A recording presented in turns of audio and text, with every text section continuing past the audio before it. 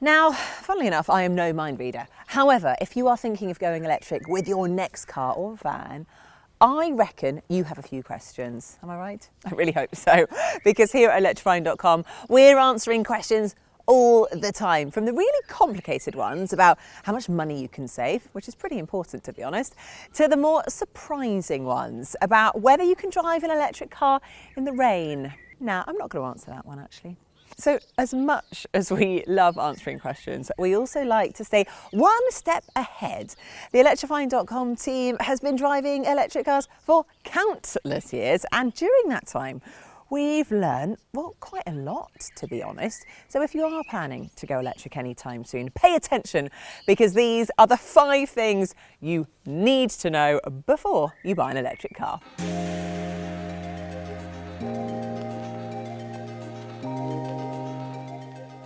Now, before you get into the nice parts of ordering a car, like choosing the colour and what options you might go for, you really need to do your sums first. Yeah, I know, it sounds boring and about as much fun as sorting out your sock drawer, but it's really, really important to get on top of your numbers. First up, you need to work out how many miles you do in a week. And luckily for you, we have a handy calculator over at electrifying.com that will help you work out that. You don't need to be ultra precise, but try and make it as accurate as possible because this figure is important, because it will tell you whether a pure electric car is going to be right for you. Now, the average weekly mileage in the UK is around 20 miles a day, or just over 140 miles a week. Now, if that sounds like you, bingo, an electric car is going to be absolutely perfect for you. In fact, even if you did 6 times the UK average, you'd still be perfectly suited to an electric car. If you have done those sums and you're regularly doing more than 1,000 miles a week, then you might be better off choosing a plug-in hybrid, which can be better suited to high mileage drivers.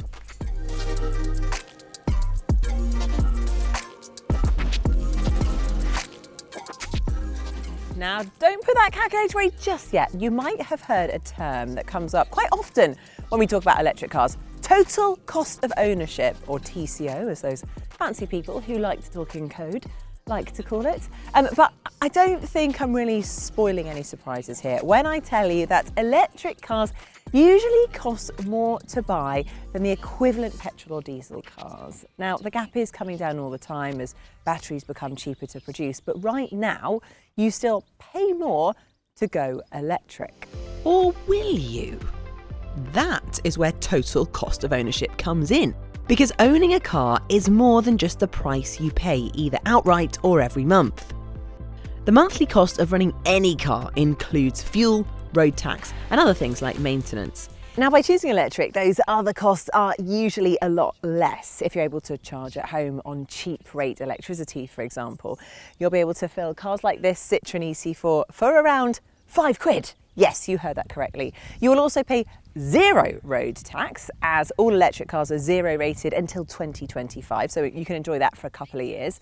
Now, maintenance, well, you won't be shelling out for a new exhaust or clutch because it doesn't have one. Well, it doesn't have either of them. So you don't need to worry about that. Electric cars have far fewer moving parts than internal combustion engine cars. So there's less to worry about, there's less to look after, there's less to go wrong. And there's even better news if you have an electric car as a company car, because currently you are paid just 2% in benefit in kind tax on a fully electric car, which could save you thousands of pounds over the course of the year.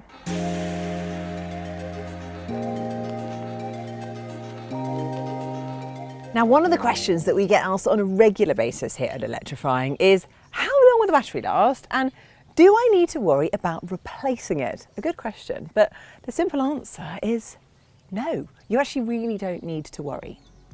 That's because electric car batteries are designed to last the lifetime of the car and actually lead a very pampered life. If we take the pack that's hidden away under the floor of this Citroen EC4, it has a heater to keep it warm in cold weather and a cooling system to keep it cool when it gets hot. It also has what's called a battery management system that prevents the likes of you and me doing anything to risk its health. And if you're still concerned, don't forget that the battery packs on all electric cars have a much longer warranty than the rest of the car. The pack in this Citroen comes with an 8-year, 100,000 mile warranty. If the capacity dips below 70% of its original capacity in that time, it will be repaired.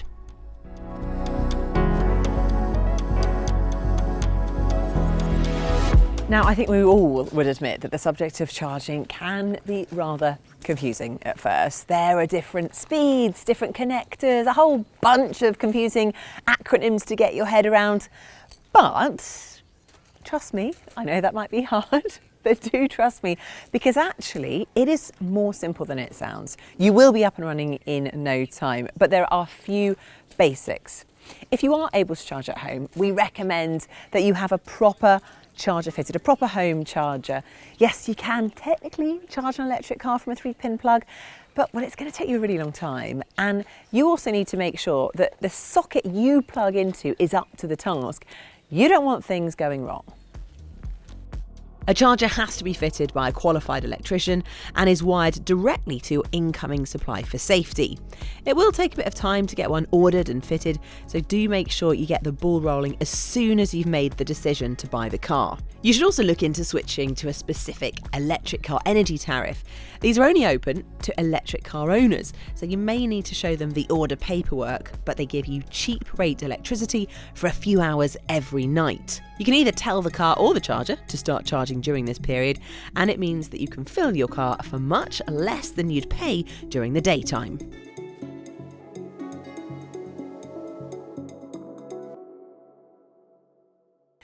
Now, if you don't have off-street parking or can't get a home charger fitted, then don't worry, because there are plenty of other options available.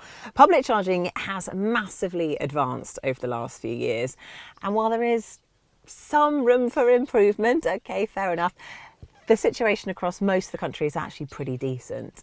Now, there are two kinds of public chargers. Destination chargers, where you're going to need to be plugged in for a few hours to fill up, or rapid chargers, where you can top up literally in minutes. Destination chargers tend to be in places where you'll leave your car for longer periods of time, such as gyms, offices and stations. Rapid chargers are usually on major routes and are a bit like the petrol stations of the electric car world. Now let's discuss one of my favourite subjects, speed. Unlike petrol or diesel cars where you fill up at the same rate, things are quite different when it comes to electric.